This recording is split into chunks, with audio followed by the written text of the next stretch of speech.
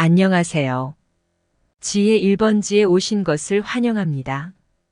이번 영상에서는 고대 중국 춘추 시대의 철학자이자 유학자인 공자의 사람을 보는 방법 9가지와 명언에 대해 알아보고자 합니다. 구독과 좋아요는 무료이니 한 번씩만 꼭 눌러주시면 감사하겠습니다. 첫째, 스스로에게 반성하라. 나는 하루에 3차례 자신을 반성한다. 남을 위해 일을 꾀함에 있어서 불충하였는지, 법과 사귐에 미덥지 못했는지, 익히지 않은 것을 전했는지 반성을 여기게 하라. 효도하고 공경하면서도 윗사람을 침범하기를 좋아하는 자는 드물 것이니 윗사람을 침범하기를 좋아하지 아니하면서도 난리 일으키기를 좋아하는 자는 있지 아니할 것이다. 둘째, 스스로를 사랑하고 존중하라.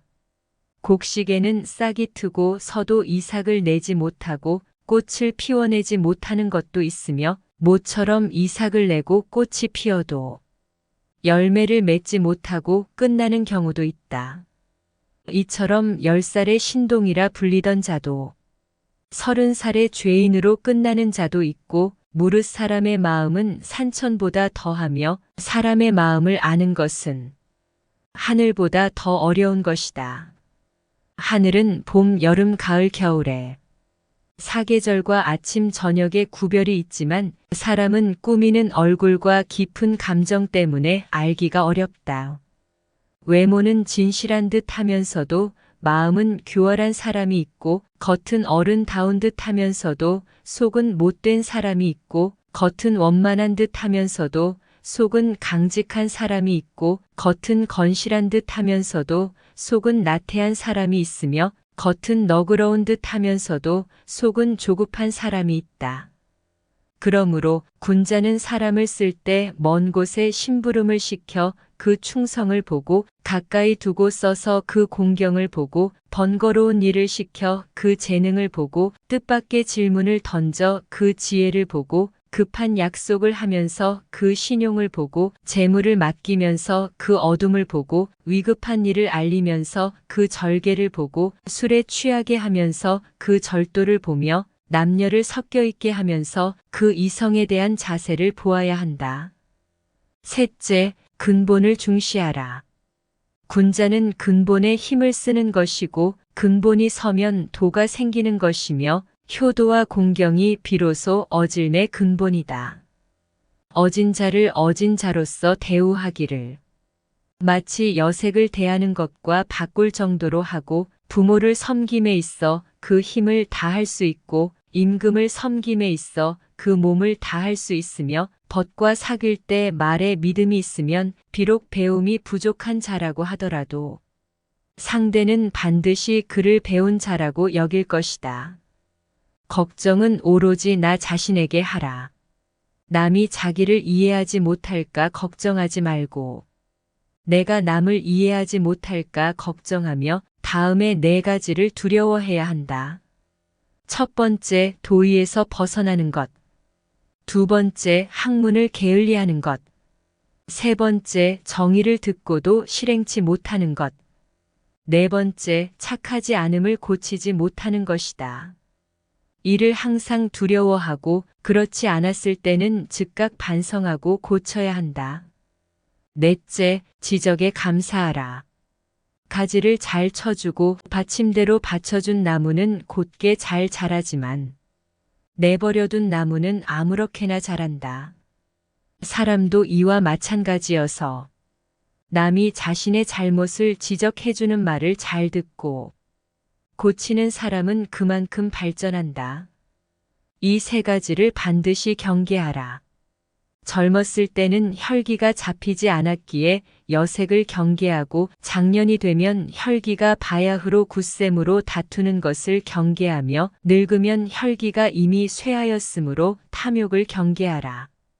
군자는 타인의 좋은 점을 말하고 악한 점은 말하지 않고 소인은 타인의 좋은 점은 말하지 않으며 악한 점만 말한다. 다섯째, 걱정은 오로지 나에게 하라. 남이 자기를 이해하지 못할까 걱정하지 말고 타인을 이해하지 못할까 걱정하라. 하지 말아야 하는 4가지가 있다. 무슨 일이든 확실하지 않는데도 지리짐작으로 단정을 내리는 의심과 자기 언행에 있어 반드시 틀림없다고 단정 내리는 확신과 자기의 의견만 옳다고 고집하는 고집과 매사를 자기만을 위한 이기적인 고집인 것이다. 6째, 도리를 지켜라. 도리에 맞는 말을 한다면 군자를 속일 수는 있을지 모르나 도리에 벗어난 것으로 군자를 속일 수는 없을 것이기에 도리에 어긋나는 약속은 해서는 안 된다. 그것은 결코 이행할 수 없기 때문이며 많이 듣고 적게 말하라. 될 수 있는 대로 많은 가르침을 들어야 하나 그것을 입에서 낼 때에는 참으로 납득한 것만으로 하며 조금이라도 의심스러운 것은 입 밖으로 내는 것을 삼가야 한다. 그렇게 함으로써 비난을 적게 받게 되는 것이다. 높은 자리에 있다면 이 말을 기억하라. 가령 판판한 판자를 굽은 판자 위에 두게 되면 아래에 있는 굽은 판자도 평평하게 되고 사람도 이와 같아서 바른 사람을 위에 앉히면 백성이든 부하든 스스로 바르게 되어 신복하게 될 것이다. 7째, 타인에게 참견하지 말고 자신에게 충실하라. 군자는 자기의 처지에 충실함과 동시에 남의 영역을 침범해서 쓸데없이 간섭하거나 말 참견을 하는 것을 삼가야 한다. 잘못이 있다면 숨기지 말고 고쳐야 하며 군자라 하더라도 인간인 이상 과실은 있기 마련이나 그 과실은 일식이나 월식 같은 것이다. 누구에게도 숨겨지지 않기 때문이다. 사람은 누구나 이것을 보게 되지만 그와 동시에 군자는 그 잘못을 고친다. 그때는 일식과 월식이 끝났을 때처럼 그 빛남을 우러러보듯 군자의 덕을 우러러 보게 되는 것이다. 8째, 말을 앞서지 마라. 군자는 자기가 말한 것이 지나친 것을 부끄러워해야 하고 실행하지 않는 말을 삼가며 말 이상으로 실천하도록 힘쓴다. 남에게 참견하지 말고 자기에게 충실하며 군자는 자기의 처지에 충실함과 동시에 남의 영역을 침범해서 쓸데없이 간섭하거나 말 참견을 하는 것을 삼가야 한다. 9째, 부해뇌동하지 마라. 군자는 남과 화합은 하지만 뇌동은 하지 않고 다른 사람과 진실되게 화합은 할지언정 비리의 부하뇌동해서는 안 되는 것이다. 남 탓하지 말고 군자는 모든 일을 자기에게서 구하며 자기의 책임으로 돌린다. 소인은 모든 일을 다른 사람에게 그 책임을 떠넘기는 것이다. 이러한 공자의 명언에서 당신이 분노에 휩싸일 때 그로 인한 결과를 깊이 고민해 보아야 하지만 분노는 순간적인 감정일 뿐 그 순간의 감정에 휘둘려 결정을 내리거나 행동을 취하게 되면 종종 후회스러운 결과를 초래하곤 한다. 그러므로 분노가 치밀어 오를 때는 잠시 멈추고 그 분노가 초래할 수 있는 결과를 상상해 보는 것이 중요하면 분노에 휩싸인 순간적인 판단이 아닌 냉정하고 이성적인 판단으로 더 나은 결정을 내릴 수 있을 것이다. 실수를 부끄러워하지 마라. 실수를 부끄러워하게 되면 그것은 죄가 되기 때문이다. 이는 우리가 실수를 저지르면 그것을 부끄러워하고 그로 인해 자신을 탓하게 되는데 이런 부정적인 감정은 우리에게 더 큰 부담과 죄책감을 주게 된다는 것을 의미한다. 실수는 인간이기에 불가피한 일이며 그것을 통해 우리는 배우고 성장한다. 따라서 실수를 부끄러워하기보다는 그것을 받아들이고 그로부터 배울 수 있는 교훈을 찾아내는 것이 중요하며 이렇게 하면 실수는 죄가 아니라 성장의 기회로 바뀔 수 있다. 스스로를 존경하면 다른 사람도 그대를 존경하는 것은 우리가 자신에게 대한 존경과 사랑을 가지고 있을 때 그것이 타인에게도 전달되어 그들 역시 우리를 존경하게 된다는 의미를 담고 있다. 자신을 존경하는 것은 자신에 대한 긍정적인 인식과 자존심을 높이는 데 도움이 되고, 이는 다른 사람들이 우리를 어떻게 인식하게 될지에 큰 영향을 미친다. 멈추지 않으면 얼마나 천천히 가는지는 문제가 되지 않는다는 것은 목표를 향해 나아가는 것이 중요하고, 그 과정에서 얼마나 빠르게 가는지는 중요하지 않다는 의미를 가지고 있다.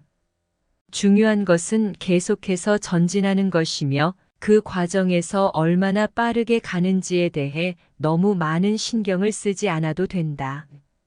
이는 우리가 목표를 향해 나아가는 과정에서 속도보다는 방향성이 더 중요하다는 것을 상기시켜준다.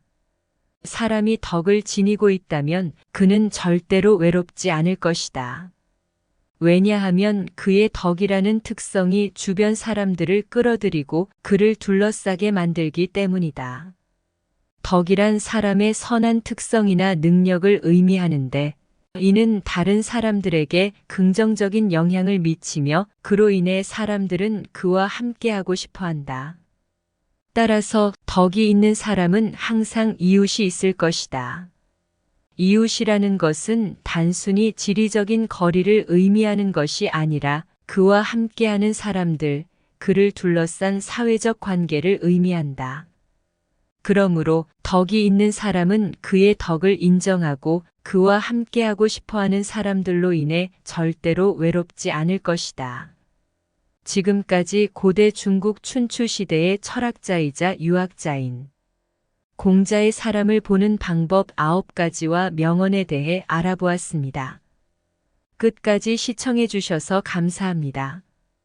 구독과 좋아요, 알람 설정은 영상을 제작하는 데 많은 도움이 됩니다.